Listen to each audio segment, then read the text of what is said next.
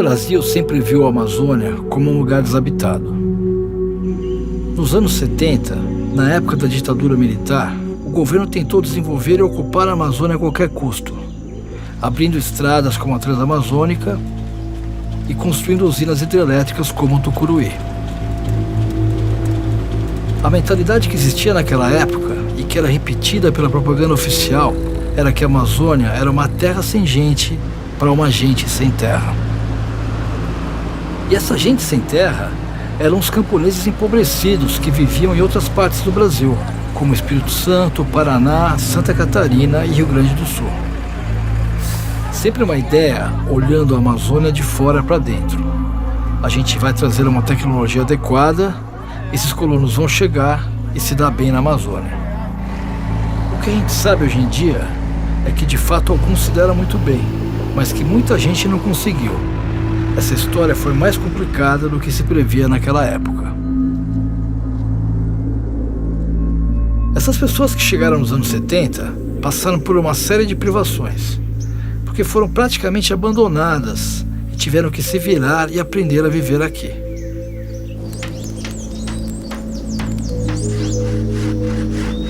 Mato Grosso, quando eu morava lá, tinha pobre, não tinha nada, trabalhando fazendo os outros, né? Então eu consegui essa terra aqui. Mais quantidade que mais doença e tem os índios também, que é perigoso, né? Eu tenho dó dos meus filhos, eu nem sei tanto. Mas ele não mata as crianças, não?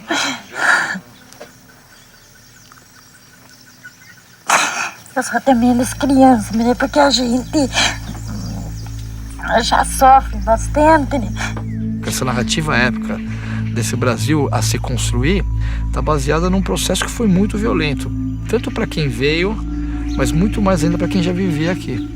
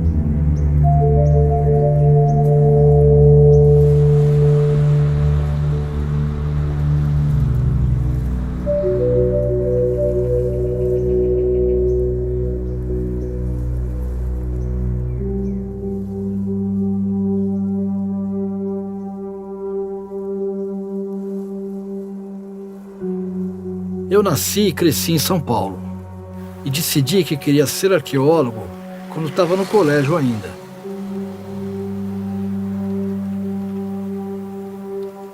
Eu sempre me interessei pela Amazônia, porque a Amazônia era aquela região imensa do Brasil, longe de onde eu vivia, e que era pouco conhecida naquela época nos anos 70, e que ainda é mal conhecida até hoje.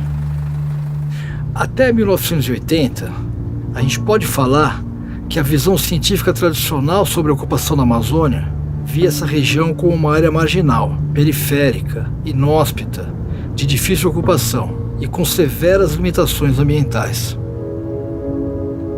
Existe uma divisão clássica que era muito forte na arqueologia sul-americana, que via algumas áreas como a Cordilheira dos Andes, onde estão hoje o Peru e a Bolívia, como áreas nucleares, locais onde grandes inovações, como o surgimento do Estado, da agricultura e a própria ideia de civilização teria surgido.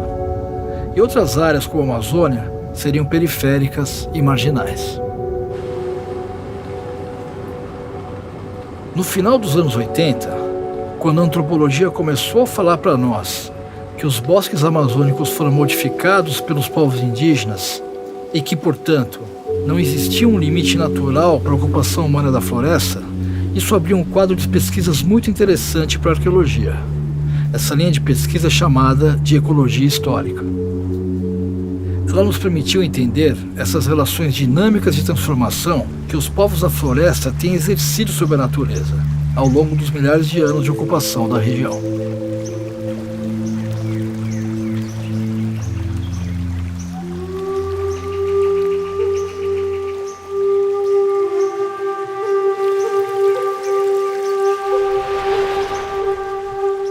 Eu fiz meu doutorado em arqueologia na região do Alto Rio Negro, trabalhando nas terras dos indígenas tucano e italiano, no estado do Amazonas. Eu trabalhei também na região do rio Oiapoque, fazendo arqueologia com os povos indígenas Palicur, que vivem entre o Amapá, no Brasil, e a Guiana Francesa. Trabalhei por mais de 15 anos na confluência dos rios Negro e Solimões, no Amazonas, no município de Iranduba, pertinho de Manaus. E agora, nos últimos 10 anos, eu tenho trabalhado no sudoeste da Amazônia, na região da bacia do Alto Madeira, na bacia do rio Guaporé e também na do Alto Purus. Essa região inclui os estados do Acre e de Rondônia, no Brasil, e o departamento de Beni, na Bolívia.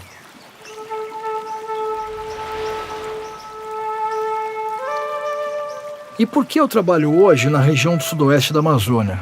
E por que, em particular, aqui em Rondônia? Porque trabalhos anteriores mostram para nós que existe um registro de ocupação humana contínuo que tem mais ou menos 10 mil anos nessa região. Nós temos evidência de presença humana na Amazônia que chega a mais ou menos 12 mil anos atrás. E mesmo na Amazônia Central, onde eu trabalhei muitos anos, a gente sabe que tem gente vivendo ali há pelo menos 8.500 anos. Uma diferença no caso de Rondônia é que essa história de ocupação de 10 mil anos é contínua.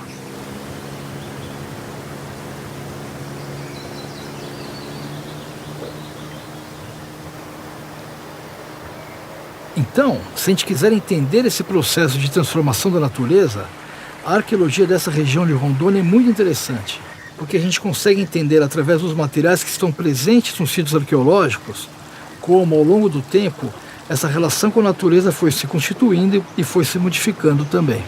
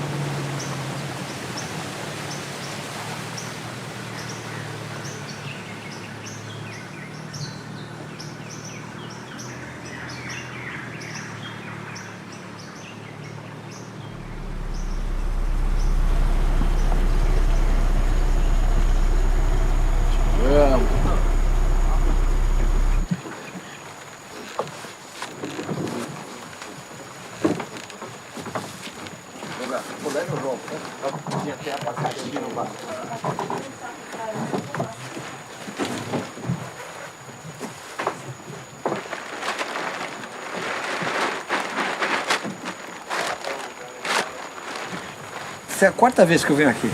A seca é ruim, né? Tem bastante pau, né? Ela foi, a última vez que a gente veio era seca, cada dia a gente tinha que parar mais embaixo com o barco, muito pau. Tinha uma árvore caída aqui, né, mais pra cima, ainda deve ter aquela árvore, né? Tá no fundo, é. Ela tá no fundo agora.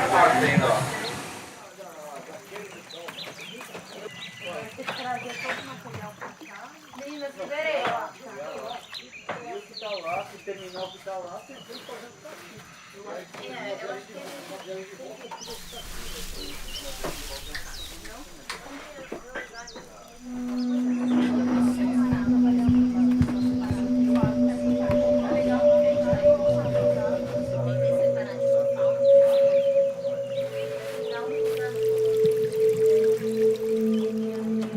O sítio Monte Castelo está num lugar muito interessante. Ele está dentro de uma Rebil, que é uma categoria de unidade de conservação onde a presença humana é vedada. Ninguém pode viver aqui. Do outro lado do Rio Branco, onde está o nosso barco, há uma terra indígena de índios isolados, que são os maçacos. É a maior terra indígena de índios isolados do Brasil. Um pouco mais ao norte, subindo o Rio Branco, acima da aldeia Palhau, tem a terra indígena Rio Branco, e tem várias aldeias ali também.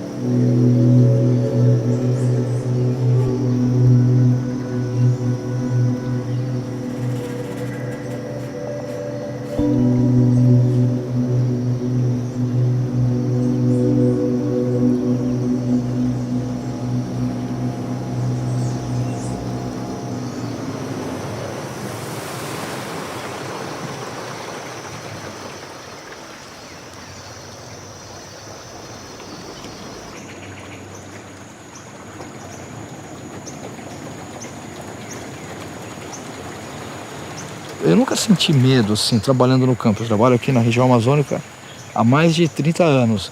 Mas quando a gente chegou aqui em 2013 para tentar relocalizar esse sítio, as pessoas diziam para nós: não, vocês são loucos de ir para lá, lá é um lugar muito selvagem, tem muito bicho. E quando a gente chegou aqui, ninguém queria nos trazer para cá. Nós fomos até a Fazenda Pau d'Óleo, e da Fazenda Pau d'Óleo ninguém queria trazer a gente para cá, porque esse lugar era um lugar aparentemente selvagem, que ninguém nunca mais tinha vindo naquela época há cerca de 30 anos. Era muito bicho, os búfalos ficaram selvagens aqui, muita cobra. Bom, a gente trouxe uns cachorros com a gente, convencemos o Luciano, que é o cara que trabalhava na fazenda naquela época, a nos trazer para cá. Nós viemos com essa localização no GPS, subindo o rio até o lugar que dava para parar. E eu me lembro muito bem que a gente estava andando, e o Luciano, que é esse cara que estava com a gente, ele estava com uma espingarda, e 2 veados pularam. Viram a gente se assustaram e pularam, e ele se preparou para atirar. Ele virou e mirou na direção dos veados. A hora que ele virou e mirou na direção dos veados, a gente viu essa mata, essa ilha de mata adiante, e a gente falou: não, deve ser o sítio arqueológico.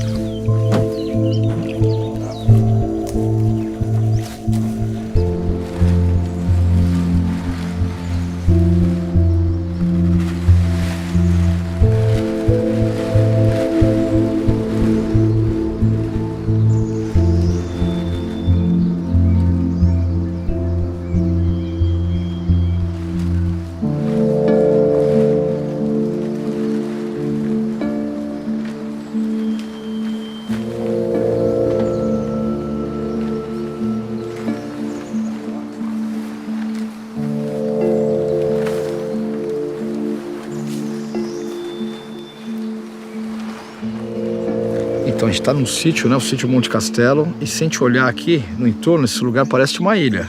De fato é uma ilha. Nessa época do ano dá para ver bem que ele é uma ilha, porque tudo aqui em volta está alagado. A gente tem um banhado, que é o Pantanal do Guaporé, que fica alagado, e esse lugar se destaca na paisagem como uma ilha coberta de mata. Só que essa ilha não é uma ilha natural, ela é um sambaqui. Primeiro porque, por ter muita concha, que está associado ao processo de formação do sítio. Sambaquis quer dizer amontoado de conchas. Essas conchas têm materiais químicos, os carbonatos, que quase que neutralizam o pH do solo e favorecem muito a preservação de material orgânico.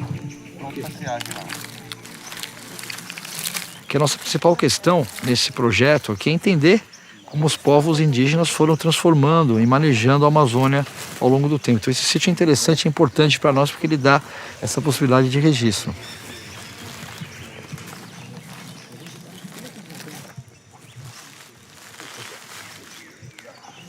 Como esse sítio tem muito resto de planta, tem sepultamentos humanos, tem restos de fauna também, o próprio solo que foi trazido para cá, a gente tem um grupo de especialistas que trabalham com as diferentes áreas do conhecimento. Então a gente tem especialistas em fauna que trabalham com ossos de animais, que é a Gabriela.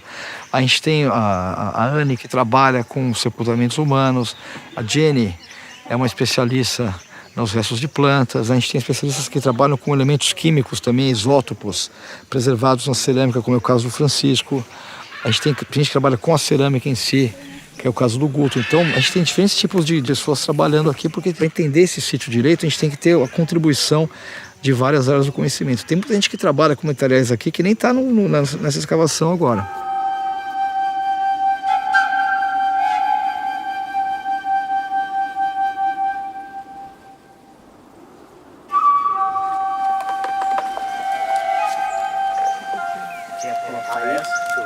Então, aí só a Jenny, uma coisa do amido, é super contaminação, então não botar a mão no peito.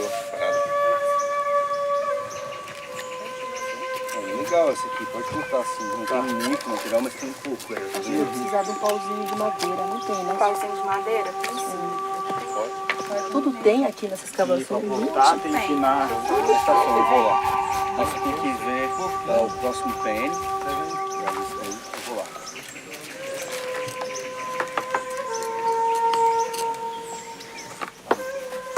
Espera aí, deixa eu colocar. Balde, é? Eu quero, desses de linha branca são os meus. Vazio, é. Só ver. Esse é o PN22. Você quer que eu sete aqui a parede ali? Você acha possível que eu possa tirar esse nome inteiro? Olha essa parte aqui. Tira esse excesso todo, eu acho que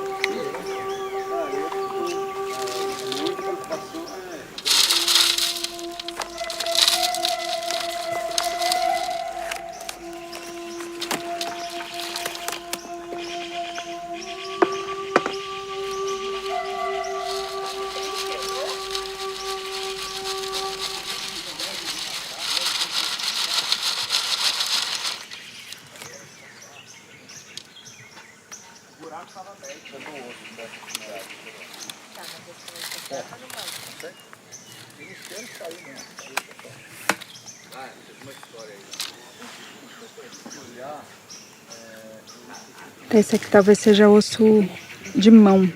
A gente vai anotar que está saindo, a gente vai tentar identificar de onde saiu esse material, porque ele está numa camada que está perturbada, assim. Ainda mais que aqui teve alguns búfalos que andaram caindo e desmoronando parte do perfil.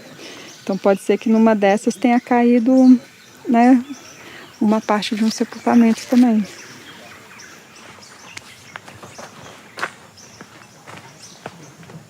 Eles acharam mais uma falange nesse material que desmoronou. A gente está achando muitas falanges, né? Vou te mostrar até. Então tá saindo um materialzinho diferente aqui. Uma falange de pé saiu. Essa aqui de mão. Isso aqui provavelmente metatarso, né? Quando quebra, fica muito fragmentado, às vezes é difícil diferenciar da fauna grande, né? E aqui a gente tem vários mamíferos grandes, então você fica com um fragmento pequenininho, né, da diáfise, às vezes é difícil de dizer se é o humano ou se é outra coisa. Eu estou separando o que eu acho que é fauna, né? A plaquinha de jacaré, separando cerâmica, muita coisa de peixe. Esses, parece os esporõezinhos, muita vértebra, né? A gente está tentando entender, né? Tem muita perturbação, são muitos mil anos de ocupação, né? São 6.000 anos de ocupação, a gente fica com muitas atividades acontecendo. Então, imaginando, né, que para cada um que fez uma casa, fez um buraco, né, botou um esteio, puxou terra, disse baixo, depois preencheu terra. Então, é todo um processo isso para conseguir entender isso aqui, né?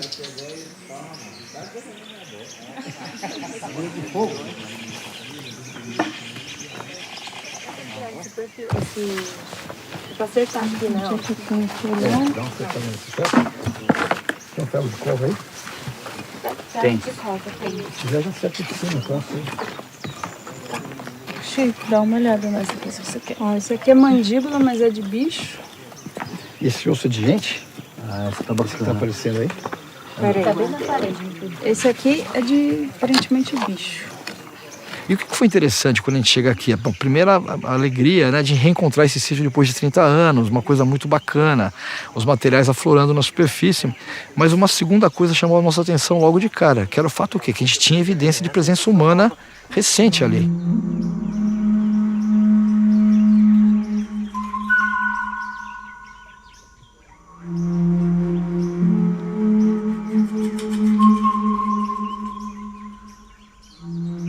Esse sítio nunca foi abandonado, na verdade.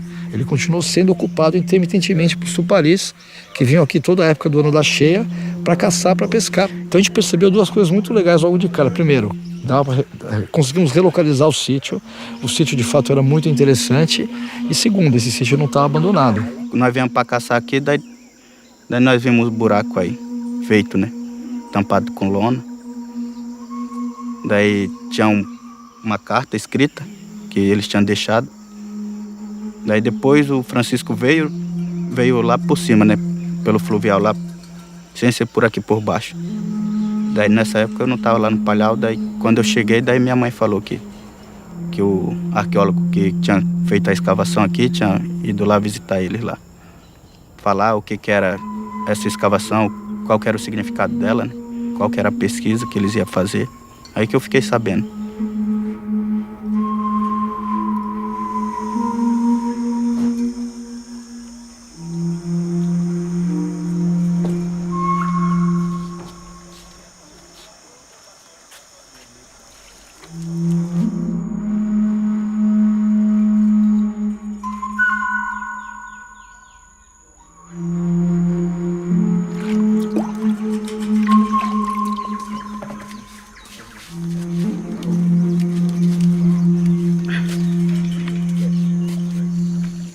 Eu já tinha ouvido falar, né, que ia precisar de nós lá. Algum de nós ia ter que vir para trabalhar com eles, né?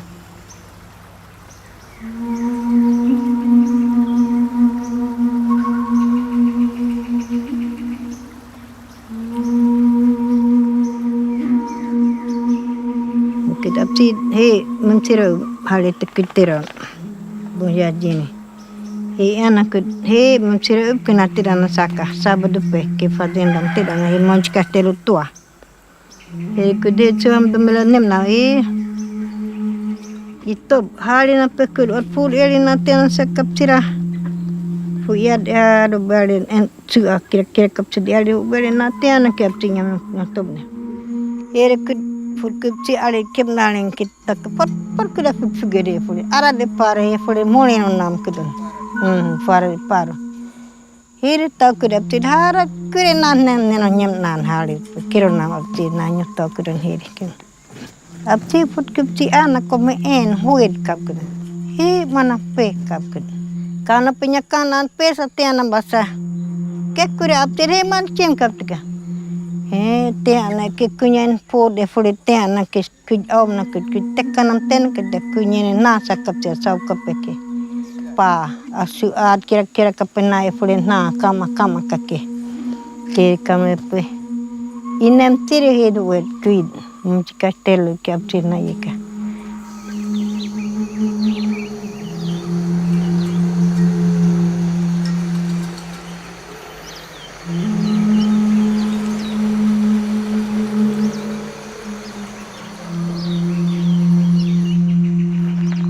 Para mim, hoje em dia, é impensável fazer qualquer tipo de intervenção aqui que não leve em conta a participação dos tuparis, que não tem os tuparis como protagonistas também, né, para conversar, para discutir, não só questões práticas que dizem respeito a como trabalhar aqui, mas ouvir também, aprender com os tuparis sobre as suas histórias, sobre esse lugar. Não só esse lugar, esse sítio arqueológico, mas essa região aqui.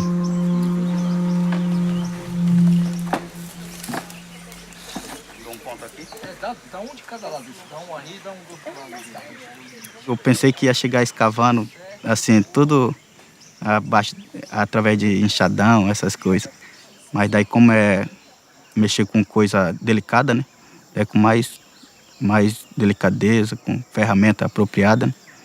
Mas daí eu não sabia se já existia um buraco antes que esse o Mili tinha feito, né?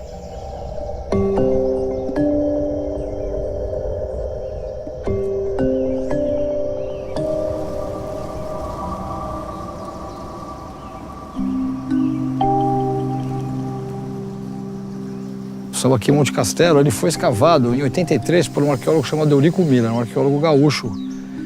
Ele foi trabalhando escalonado, ele começou mais largo e na base, ele cavou praticamente sozinho esse sítio aqui. Qual que era a nossa ideia? Trabalhar num pedaço na área que o Miller já tinha trabalhado, que seria mais fácil escavar, mas abrir alguns perfis frescos para a gente poder ter a sequência de ocupação do sítio. Quando o Miller esteve aqui, tinha gente morando aqui. Nas fotos você não consegue ver nenhuma árvore, né? Era só o Sambaqui mesmo. A gente chegou, curiosamente, 30 anos depois que ele havia encerrado a escavação, e isso estava não só preenchido pelo desbarrancamento dos perfis, como também por muito lixo, porque entre ele sair e a fazenda ser desativada, esse buraco ficou servindo como lixeira da fazenda. Ele tinha deixado a escavação aberta, tinha coberto com umas tábuas, né, uma prancha de madeira que ele construiu e cobriu com aquilo. Só que décadas depois, né, aquilo tinha sido já totalmente preenchido. Você só via uma pequena depressão assim ao lado daquele montículo que se formou com o material que ele escavou, né, e peneirou e tal. Tinha esse montículo que vocês podem ver que está ao lado do nosso, aquele ali. Eu conheci ele, sim, Eurico Miller. Quando eu trabalhava na fazenda lá, ele chegou, né? Parece que uns 5 metros de profundidade para que ele escavou. Porque a escada era de 5 metros e descia lá embaixo, né? O que ele pedia, café, eu levava para ele, né? Puxava ele, buraco, até que ele achou esse osso. Aí que foi melindroso mesmo, foi. Ele não deixava a gente encostar perto lá. Eu vi, e chamou nós para nós olhar. Estava deitado ainda. Era na hora do almoço que ele achou. Ele falou que era da mulher. Ele achou. Onde eu vi ele, estava deitado assim, daqui, tudinho. Cabeça, tudo. Aí depois ele foi desmontando pedaço. Em fevereiro de 2014 a gente escavou 4 unidades, né, de 1 metro quadrado. Em 2 delas a gente alcançou aí os 4,65 metros de profundidade. Não continuamos porque, como hoje, né, naquela época era o auge da cheia, né? Então começou a minar água na escavação, a gente já não tinha mais controle do que estava fazendo, a gente encerrou em 4,65. Já então nessa primeira etapa a gente identificou alguns vestígios que o Miller não tinha publicado.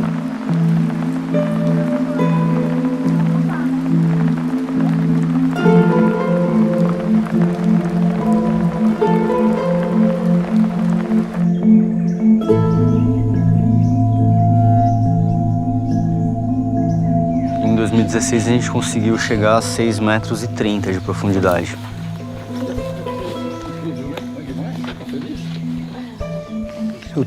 Aqui nós estamos mais ou menos a 6 metros, 6,10 metros. Eu vou tentar agora nivelar para a gente começar um próximo nível.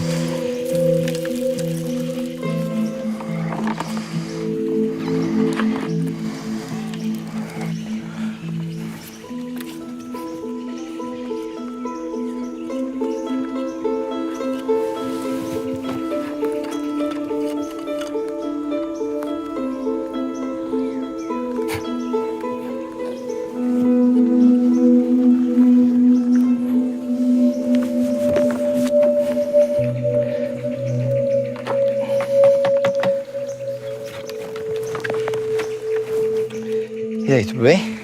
Como é que estão as coisas? Aqui tinha um montinho aqui. Olha, não, eu acho que é uma... Cara, é cerâmica. É cerâmica? Parece cerâmica. É.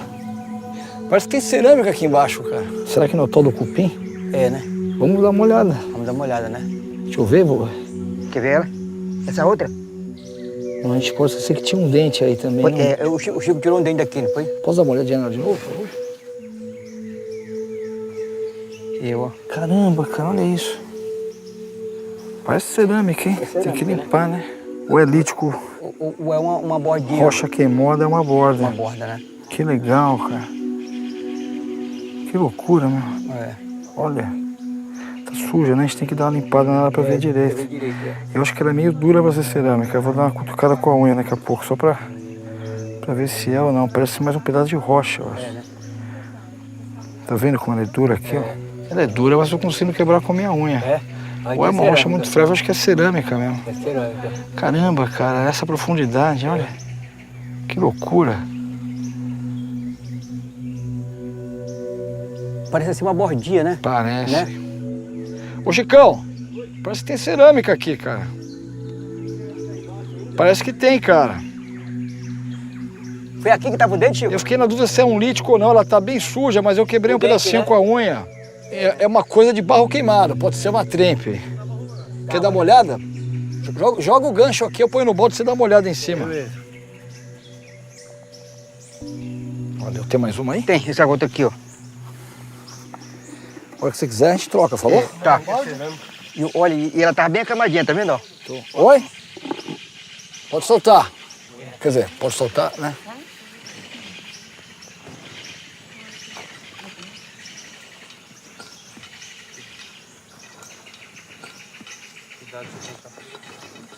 Opa!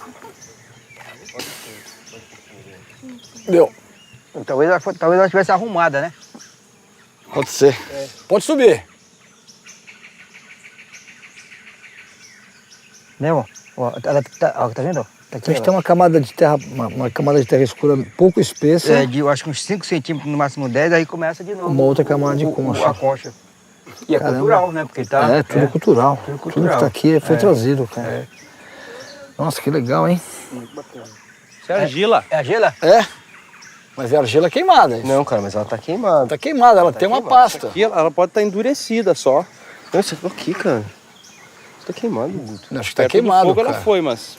Tá queimada. Ela é dura, cara. Achei que fosse até lítico. Achei que fosse não, rocha. Delas ela parece as trempes. As trempes elas são assim, por fora elas estão meio cozidas e por dentro elas são cruas. É.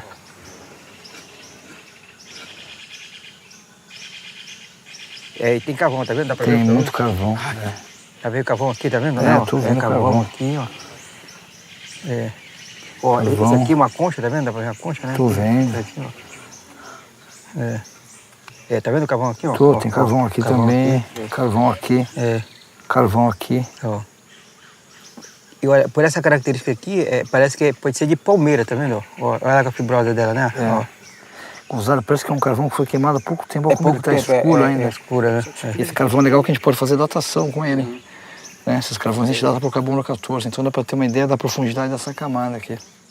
A gente vai conseguir entender quais eram as plantas que eles estavam consumindo há mais ou menos 8 mil anos atrás. Que é uma questão super importante, assim, né? Quando a gente pensa na Amazônia contemporânea, qual que é o grande problema que está acontecendo hoje? O que a gente está fazendo com a Amazônia como país? A gente está derrubando a floresta para plantar soja, para criar gado. A gente está reduzindo aquela biodiversidade imensa, que é resultado de manejo humano também, para colocar uma coisa só. Se a gente conseguir, não que a gente tem que viver como essas pessoas viviam no passado, mas se a gente consegue entender quais eram as estratégias de manejo, as plantas que eles consumiam, como é que eles manejavam o meio ambiente, essa informação é super importante também, para a gente ter algum tipo de referência, né, para pensar nas formas contemporâneas de ocupação.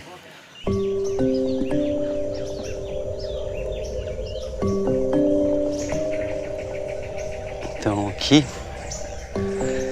tem um esteio aqui que mostra a entrada da casa, né? Ali vocês podem ver as ruínas ali do que era a sede da fazenda Monte Castelo. Né?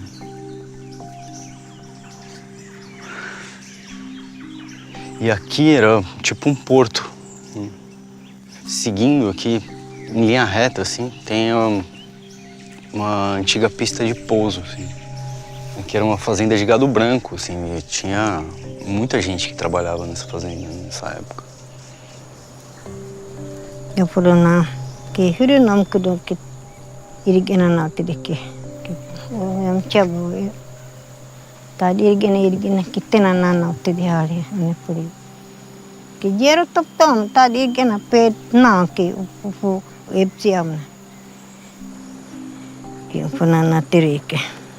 Teu porque ele que não foi bora não te de que queijo não foi bora, manteiga não foi bora. Que muito que pemco a minha me falei que a minha chica me deu certo não foi mana e se do cara terá berro pero terá eu vou cair tá de man que não que vou chepe que eu vou que leite pat que não que bah. Aqui dá pra ver bem, né, a cerca do curral. Vai, segue em linha reta aqui, beirando o Sambaqui. E ela funcionou até a década de 80, que foi quando foi criada a Rebio e as diversas outras unidades de conservação aqui, terras indígenas, né? Foi quando tiraram as pessoas.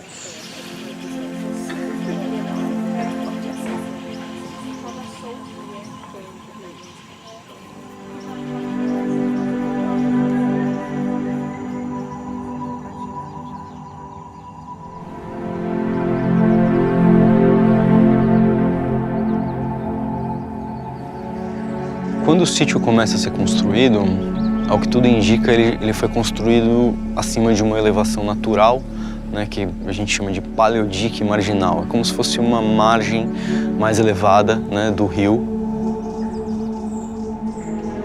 Ao que tudo indica, nesse período anterior, ele era um rio muito mais encaixado, né, e existe um paleocanal aqui que margeia o sítio. Ou seja, a água estava passando logo aqui, né, do lado, e o sítio foi construído nesse dique, né, essa área mais elevada dessa margem direita do Rio Branco.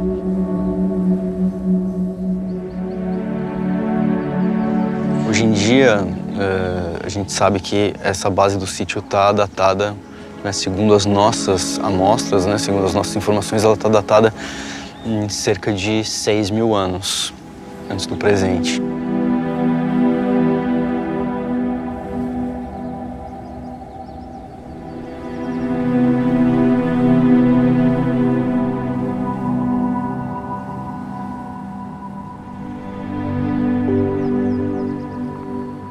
A ideia é que eles começam então a manipular a argila, né, e com tempero, com fogo, né, já no início da ocupação desse sítio, e ao que parece o que eles estavam fazendo era,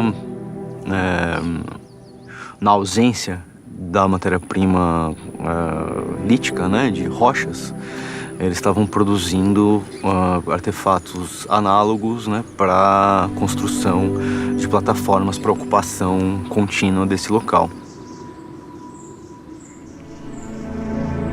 Há uma abundância de bolotas de argila, do tamanho mais ou menos de um ovo cozido, para vocês terem uma ideia. E essas bolotas de argila serviriam para quê? Serviriam tanto para construir o sítio arqueológico, como também para cozinhar. Uma maneira que se utiliza até hoje entre os indígenas Nambiquara, por exemplo, aqui no sul de Rondônia, é que eles cozinham lá com pedras. Pedras são aquecidas em volta do fogo e essas pedras aquecidas vão sendo adicionadas dentro da água e com o tempo a água vai aquecendo e começa a ferver. No momento que ela ferve, a gente consegue cozinhar. Então aqui, como não tem muita pedra disponível, não tem muita rocha disponível, a gente acredita que eles estavam fazendo isso com bolotas cerâmicas. E isso que começa com uma tecnologia grosseira, digamos assim, né, mais rudimentar, vai se desdobrando, né, em artefatos mais sofisticados, e então primeiros vasilhames cerâmicos começam a aparecer. A gente tem ali entre 5.200 e pouco menos de 6.000 anos os primeiros vestígios claros da produção de vasilhames cerâmicos, o que coloca esse sítio como potencialmente um dos locais com as cerâmicas mais antigas do continente, né? O que é inédito nessa escavação é a gente encontrar esse fragmento cerâmico. E essa cerâmica ela sai quase a 6 metros de profundidade, ou seja, ela está lá na base do sambaqui, está lá naquele momento inicial de construção do sambaqui. Então esse fragmento ele pode estar entre as cerâmicas mais antigas da América. Era um pote bem simples, com uma forma bem simples, eu acho que não ultrapassaria 15 centímetros de diâmetro e poderia conter por volta de 1 litro e meio de volume. O que é o fato inédito? Que até o momento, todas as pesquisas que o Eurico Miller fez, ele não tinha encontrado essa cerâmica aí. O que é fase, né? É importante, a gente usa esse termo direto, fase. É um termo que alguns arqueólogos usam, nem todos, para determinar o quê? Uma espécie de cultura arqueológica. São padrões comuns comuns na produção de materiais, padrões de sepultamento comuns, formas de habitação que definem uma certa padronização cultural, que é uma coisa que é muito hipotética, né? Mas é só um recurso que a gente tem para determinar uma cultura arqueológica no tempo e no espaço também. Então essa fase Bacabal foi definida pelo Miller, baseada na cerâmica que ele encontrou aqui, que é uma cerâmica que tem um padrão decorativo bem característico. E essa cerâmica é interessante por várias razões. Primeiro porque ela é uma cerâmica super elaborada, ela é muito bem queimada, e ela tem datas que chegam até mais de 4.000 anos, que são datas relativamente antigas para a cerâmica. Em outros lugares, aqui nas Américas, na Mesoamérica, por exemplo, a gente quase não tem cerâmica dessa idade, nem no Peru. Então são cerâmicas muito antigas para o contexto aqui da América do Sul. Olha só, ela é toda churada, tem essa alça bem pequenininha, igual as panelas grandes, só que essa é bem menor. Agora por quê? Será que era para consumir alguma coisa, guardar pimenta? Olha só. Essa é a primeira que sai depois de muitos anos de campo aqui.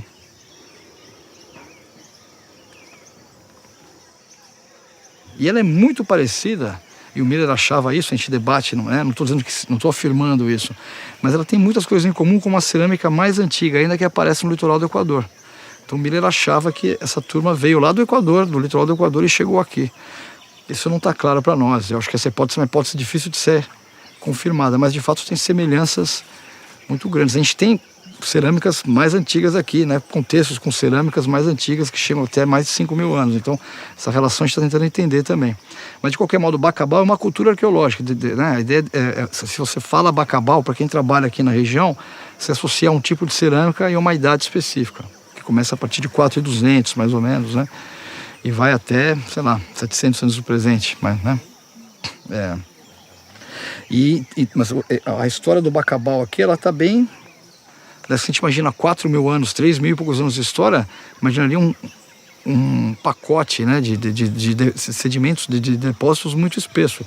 E aqui não, ele é pouco espesso, 1 metro e pouco. Então, a gente trata ele como uma coisa só, mas a gente imagina que houve várias mudanças ao longo desse intervalo. É natural se pensar assim. A gente quer entender um pouco melhor como aconteceu esse processo de mudança. Na fase Sinimbu, que é aquele momento bem antigo, a gente encontra fogueiras, a gente encontra contextos domésticos, buracos de estaca que poderiam remeter à construção de jiraus, como esse que a gente construiu aqui. Tem ali uma série de contextos que indicam um tipo de ocupação que a gente interpreta mais como residencial. Quer dizer, tem uma série de buracos de estaca que podem ser esteios, né, de casas ou, enfim, onde as pessoas estavam vivendo. Tem contextos de produção de alimentos, né, fogueiras, muito material faunístico carbonizado, fogueiras muito bem estruturadas, assim, como se fosse uma cozinha aí que tivesse durado alguns milhares de anos. Mas quando chega a fase Bacabal, a gente não encontra mais uma fogueira, um local com concentração de carvão e fragmentos cerâmicos, que é o que a gente chama de fogueira na arqueologia, né? Que indicariam esse uso mais doméstico da área. Na Bacabal a gente tem grandes vasilhames para cozinhar, pequenos pratos para consumir, pratos para assar, cerâmicas com formatos de cuia para consumir líquidos, consumir sólidos, mas na fase Sinimbu, na cultura Sinimbu, a gente não encontra nada disso.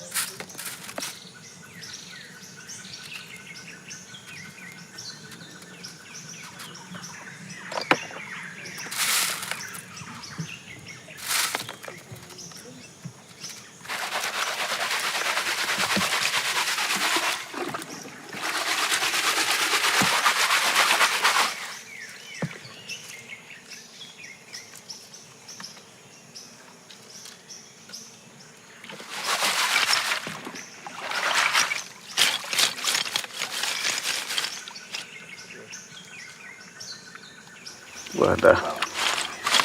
E vai para secar lá na tela.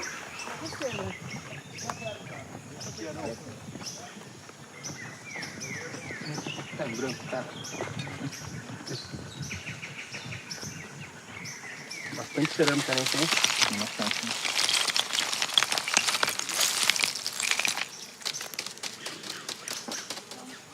Nossa, que susto que eu levei. Um bagulho. Isso aqui é uma concha concrecionada, tá vendo? Não, concha. São umas camadas.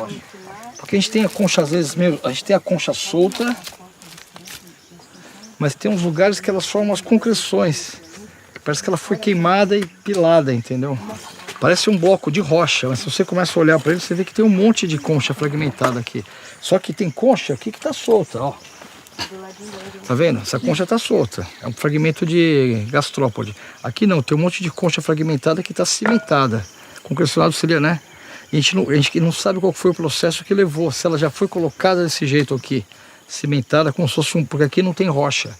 E como eles estavam erguendo esse sítio, né? Um sambaqui, isso aqui era uma espécie de material construtivo para erguer. Então eles faziam isso fora, traziam para cá e adicionavam. Ou se aconteceu alguma coisa aqui mesmo que levou esse concrecionamento, não está claro para nós ainda, mas ela aparece em vários lugares. E em alguns contextos aqui embaixo ela é um marcador estratigráfico importante, entendeu? Mas aqui abaixo ela marca o contato entre uma camada e outra, o início dessa ocupação Bacabal. Só que a gente encontra essas coisas no meio também. Então a gente tá, e aqui nessa quadra está aparecendo bastante. Então a gente está coletando algumas dessas sem descartar. Foi a ideia que a Kelly acabou de dar, que acho que é uma excelente ideia. A gente vai fazer a micromorfologia aqui também para entender melhor qual que é a composição. Porque lembra que eu falei que aqui a gente tem uma camada que a gente chama de Bacabal, mas pode ser que haja várias microcamadas. A gente não consegue ver isso direito a olho nu, porque é tudo escuro aqui. Mas a micromorfologia permite identificar essas microcamadas trabalhando com esse microscópio de alta potência. Então, tem coisa que a gente está coletando aqui, mas vai entender depois só no laboratório. A ideia é coletar em campo e levar para o laboratório a estrutura do solo. Então, exatamente como a terra está ali, está formada, todos os elementos, como a gente encontra, é isso que eu tento levar para o laboratório e dali a gente faz uma lâmina e com a ajuda do microscópio a gente entende. E a gente chama isso de formação do sítio, né? Como que o sítio se formou, quais são os elementos que formaram e o que aconteceu com ele depois que ele se formou, até a história daquele momento que eu coletei a amostra. Porque o Monte Castelo ele tem, né, uma idade recuada e tem uma formação. Mas a história dele, as pessoas o tempo inteiro, né? Saem, volta, coleta, caça, monta uma fogueira. E aí aquilo vai sendo registrado no solo, né? O arqueólogo está o tempo inteiro trabalhando com a terra. E aí o que eu tento entender é essa parte que está escondida, assim, né? Que eu falei, a arqueologia do invisível.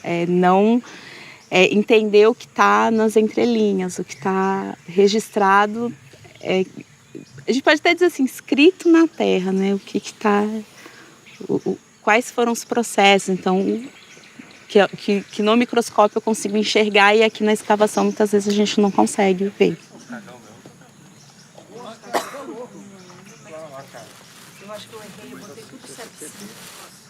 Uma das amostras que eu já coletei agora foram as concreções de concha, mas é uma concreção que ela pode acontecer de várias formas. Uma é pelo fogo, então uma área que você esquenta e aí essa concha concreciona mesmo, ela vira um cimento. E aí a gente viu que tinha pedacinhos de carvão no meio, então ela pode ser um pedaço de uma estrutura de combustão.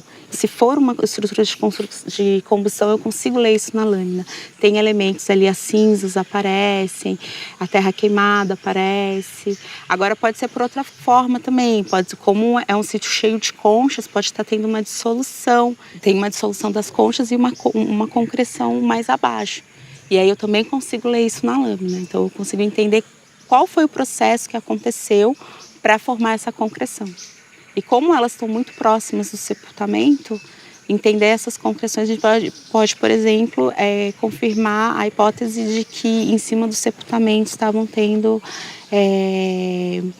estruturas de combustão para para assar bicho, por exemplo. Tá bom. Eu só quero ver como é que tá o estado aqui do material ósseo que ficou aqui há alguns anos. Vamos ver como é que a gente vai.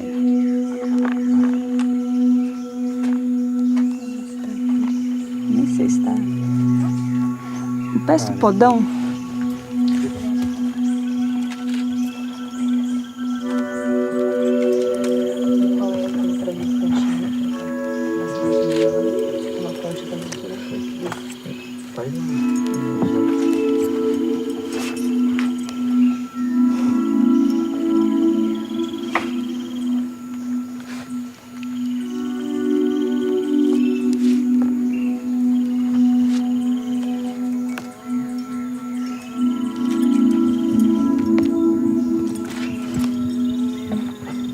Vocês tinham botado terra por cima do sepultamento? Tem que olhar na ficha da morte, quando ela deve ter colocado, se ela colocou alguma coisa assim. Porque aqui